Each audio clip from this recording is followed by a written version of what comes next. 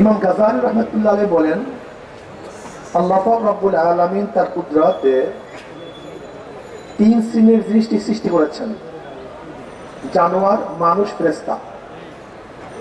আল্লাহ পাক জানোয়ার মধ্যে প্রবৃত্তি দান করছেন, চাহিদা দান করছেন, আকল নেই, জ্ঞান নেই। আল্লাহ পাক ফেরেশতাদেরকে জ্ঞান দান করছেন, কিন্তু তাদের মধ্যে চাহিদা নেই। উভয় সমন্বয় মানুষ। আল্লাহ পাক তাদেরকে চাহিদাও দান করছেন, জ্ঞানও দান করছেন।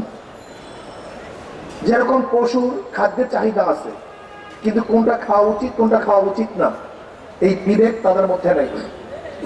ফেরেশতাদের মধ্যে খাওয়ারই চাহিদা নেই, শুধু আছে বিবেক।